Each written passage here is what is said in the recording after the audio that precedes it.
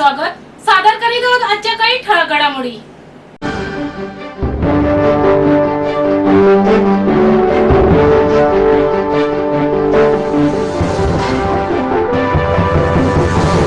मुंबई ठाणे जिल्ह्यात मोठ्या प्रमाणावर बनावट कागदपत्रांच्या आधारे रेशन कार्ड काढण्यात आलेले आहेत. त्यात बांगलादेशी नागरिकांनाही सहजपणे रेशन कार्ड मिळत आहेत. रेशन विभागाच्या भ्रष्ट कारभारामुळे रेशन कार्ड सहजपणे देशभरातील कुठल्याही राज्यातील नागरिकांना उपलब्ध होत आहेत. उलट स्थानिकांना रेशन कार्ड काढताना कागदपत्रांच्या नावाखाली अनंत अडचणींना तोंड द्यावे लागते. त्यामुळे केंद्र सरकारने रेशन कार्डाला आधार कार्डाचा क्रमांक जोडण्याची मोहीम हाती घेतली. त्यासाठी 2दा मुदतवाढ देण्यात आलेली होती. मात्र 30 एप्रिलपर्यंत ही KYCची अंतिम मुदत होती. ती मुदत उलटून गेली तरी अद्याप लाखो शिधापत्रिका धारकांनी KYC केली नसल्याचे उघड झाले आहे. मुंबई पाठोपाठ ठाणे जिल्ह्यात सर्वाधिक रेशन कार्ड रद्द झालेत. ठाण्याच्या परिमंडळातील 26,40,472 शिधापत्रिकांपैकी 5,30,243 रेशन कार्ड धारकांची KYC प्रलंबित असून तब्बल 1,35,708 रेशन कार्ड रद्द करण्यात आलेत. त्यात मुंब्रा कालव्यातील कार्डांचा अधिक समावेश आहे. तर ठाणे ग्रामीण भागातील 16,339 रेशन कार्ड रद्द करण्यात आले असून 6,61,207 पैकी 1,65,074 रेशन कार्डांची KYC करणारे बाकी आहेत. विद्यार्थ्यांची आणि कर्मचाऱ्यांची सुरक्षा अनुचित करणे ही शाळेची सर्वोच्च प्राथमिकता आहे. कोणत्याही शाळेच्या सुरक्षा योजनेतील सर्वात महत्त्वाचा घटक म्हणजे अग्नी सुरक्षा. आगी अनपेक्षितपणे लागू शकतात आणि योग्य तयारीशिवाय त्या विनाशकारी नुकसान करू शकतात. म्हणूनच जोखीम कमी करण्यासाठी आणि अपघात व जीवितहानी टाळण्यासाठी शाळेतील कर्मचारी, शिक्षक आणि विद्यार्थ्यांसाठी नौपाडा येथील सरस्वती स्कूलच्या वतीने अग्नी सुरक्षा प्रशिक्षण आयोजित करण्यात आले होते. शाळा ही अनेकदा गर्दीची ठिकाणे असतात, जिथे विद्यार्थी, शिक्षक आणि कर्मचारी मोठ्या संख्येने असतात. यामुळे त्यांना आगीच्या धोक्याचा धोका जास्त असतो. आगीचा प्रादुर्भाव विनाशकारी असू शकतो, ज्यामुळे मालमत्तेचे नुकसान होऊ शकते आणि विद्यार्थी आणि कर्मचाऱ्यांचे जीवन धोक्यात येऊ शकते. आगीच्या आपत्कालीन परिस्थितीत प्रत्येकाची सुरक्षा सुनिश्चित करण्यासाठी अग्नी सुरक्षा प्रशिक्षण आवश्यक आहे. या हेतूने सरस्वती शाळेच्या वतीने आज शाळेच्या आवारात कर्मचारी, शिक्षक यांच्यासाठी अग्नी सुरक्षा प्रशिक्षण आयोजित करण्यात आले होते. विद्यार्थ्यांना आणि कर्मचाऱ्यांना आगीच्या आपत्कालीन परिस्थितीत इमारत कशी रिकामी करायची, अग्निशमन मार्ग ओळखणे, बाहेर काढण्याचे मार्ग निश्चित करणे आणि आग लागल्यास काय करावे याबाबत नीना चित्रे यांनी प्रात्यक्षिकेद्वारे शिक्षक व कर्मचाऱ्यांना प्रशिक्षण व मार्गदर्शन केले. यावेळी शाळेचे विश्वस्त देखील उपस्थित होते. ठाणे पोलीस आयुक्तालय क्षेत्रात अर्थात ठाणे ते बदलापूर आणि भिवंडी शहरात ठाणे पोलिसांनी ड्रोन उडवण्यास तसे इतर मानवरहित हवाई वस्तू उडवण्यास मनाई आदेश दिलेत. भारत पाकिस्तान संघर्षानंतर मुंबई पोलिसांनी ड्रोन उडवण्यास बंदी घातल्यानंतर आता ठाणे पोलिसांनी देखील ड्रोन बंदीचे आदेश लागू केलेत. नियमाचे उल्लंघन करणाऱ्यांविरोधात पोलिसांकडून कारवाई केली जाणार आहे.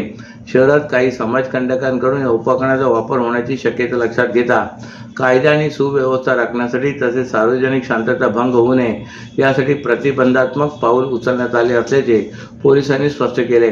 3 जूनपर्यंत हे आदेश लागू असतील असेही स्पष्ट करण्यात आले आहे. भारत पाकिस्तान देशामध्ये संघर्ष निर्माण झाल्यानंतर राज्यातील पोलीस यंत्रणांना सतर्कतेचे आदेश देण्यात आले होते.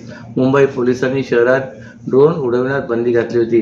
त्यानंतर आता ठाणे पोलिसांनी देखील ड्रोन बंदीचे आदेश लागू केलेत.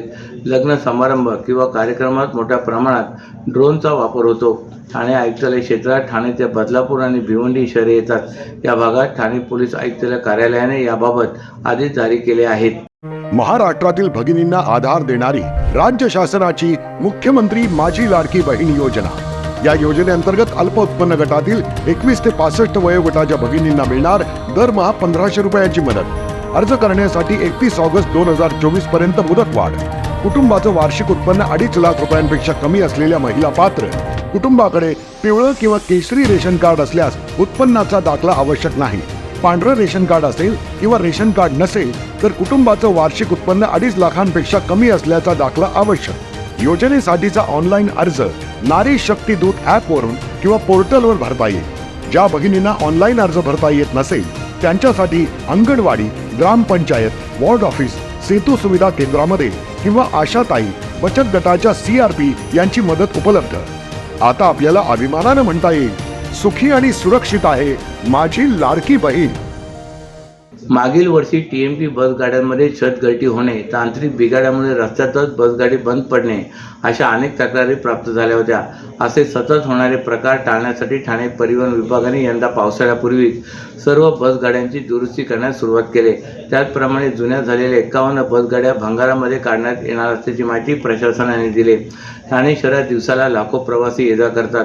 शहरातील वागळे टेट, घोडबंदर आणि इतर भागात मोठ्या प्रमाणात औद्योगिक कंपन्या आणि लघु उद्योग तसेच खाजगी कार्यालये आहेत. यामुळे विविध शहरांमधून अनेक प्रवासी कामानिमित्त ठाणे शहरात येत असतात. शहरातील अंतर्गत ठिकाणांवर रिक्षाने जाणे खर्चिक पडते. प्रवाशांना दररोज प्रवास करणे सोपे जावे म्हणून ठाणे शहराच्या पश्चिम आणि पूर्व दिशेला ठाणे महापालिका परिवहन सेवा बसगाड्यांचा थांबा आहे. दिवसभरात अनेक प्रवासी या बसगाड्यांमधून इच्छित स्थळी जात असतात. शहरातील विविध मार्गांसह मुलुंड, बोरिवली, मीरा भाईंदर या शहरांमध्ये ठाणे परिवहन विभागाच्या बसगाड्या धावतात. या बसगाड्यांमधून दिवसाला हजारो प्रवासी प्रवास करतात. मात्र मागील वर्षी पावसाळ्यात TMT बसगाड्यांबाबत अनेक तक्रारी प्राप्त झाल्या होत्या. तसेच बसगाड्यांमधील दुरावस्थेच्या चित्रफिती देखील समाज माध्यमांवर प्रसारित झाल्याचे पाहायला मिळत होते. त्याचप्रमाणे यंदा अवकाळी पावसाने हजेरी लावली. या पावसात देखील बसगाड्यांमध्ये छत गळती होणे, बसगाड्या रस्त्यामध्ये बंद पडणे, विद्युत यंत्रणेत बिघाड होणे अशा अनेक समस्या समोर आल्या. असे प्रकार टाळण्यासाठी प्रशासनाने पावसाळ्यापूर्वीच तांत्रिक दुरुस्ती, इंजिन तपासणी, छताची डागडुजी, लाईट्स आणि वायरिंग दुरुस्ती अशा कामांना सुरुवात केली आहे. सध्या ठाणे महापालिका परिवहन च्या ताफ्यात सुमारे 400हून अधिक बसगाड्या कार्यरत आहेत. यातील जुन्या असलेल्या 51 बसगाड्या ऑक्टोबर 2025 मध्ये 15 वर्ष पूर्ण होतील. यामुळे या बसगाड्या भंगारात काढल्या जाणार आहेत. ठाणे शहरात भाजप, शिवसेना, शिंदे गटाच्या जनता दरबारावरून राजकारण रंगले असताना राष्ट्रवादी अजित पवार गटाने ठाण्यात नागरिकांच्या समस्या सोडवण्यासाठी जनता दरबार घेणार असल्याचे जाहीर केले होते. त्यानुसार काल अजित पवार गटाचे सरचिटणीस नजीब मुल्ला यांनी नागरिकांची संवाद साधत त्यांच्या समस्या सोडवण्याचे आश्वासन दिले. तसेच या जनसंवादाच्या माध्यमातून नागरिकांचे प्रश्न सोडवण्याचा आम्ही प्रामाणिकपणे प्रयत्न करणार असल्याचे त्यांनी यावेळी सांगितलं. जेव्हा मी नगरसेवक होतो तेव्हा आठवड्यातील 4 दिवस लोकांना महापालिकेत भेटत होतो. पण एका आमदारांच्या पोटदुखीने महापालिकेतील गट नेत्यांची कार्यालय बंद झाली. परिणामी यात नागरिकांशी संवाद साधता येत नव्हता असे त्यांनी यावेळी सांगितले. या आमदारांनी तक्रार करून पक्ष कार्यालय बंद करण्याकरिता विधानसभेत प्रश्न उपस्थित केले. त्यातून कार्यालय महापालिकेने बंद झाल्याचा आरोप त्यांनी शरद पवार गटाचे आमदार जितेंद्र आव्हाड यांचे नाव न घेता केला. पुढील आठवड्यात बुधवारी महापालिकेत आयुक्तांबरोबर बैठक आहे. या बैठकीत विविध महत्त्वाच्या प्रश्नांवर चर्चा केली जाणार आहे. यात कळवा येथील 25,000 पेक्षा जास्त घरांना मालमत्ता कर नाही, त्यांना मालमत्ता कर लावण्याचा प्रयत्न केला जाणार असल्याचे त्यांनी सांगितले. या माध्यमातून लोकांची कामे होत आहेत. त्यांच्या समस्या सोडवण्यासाठी प्रामाणिकपणे काम करण्याचा आमचा प्रयत्न असल्याचे त्यांनी सांगितले.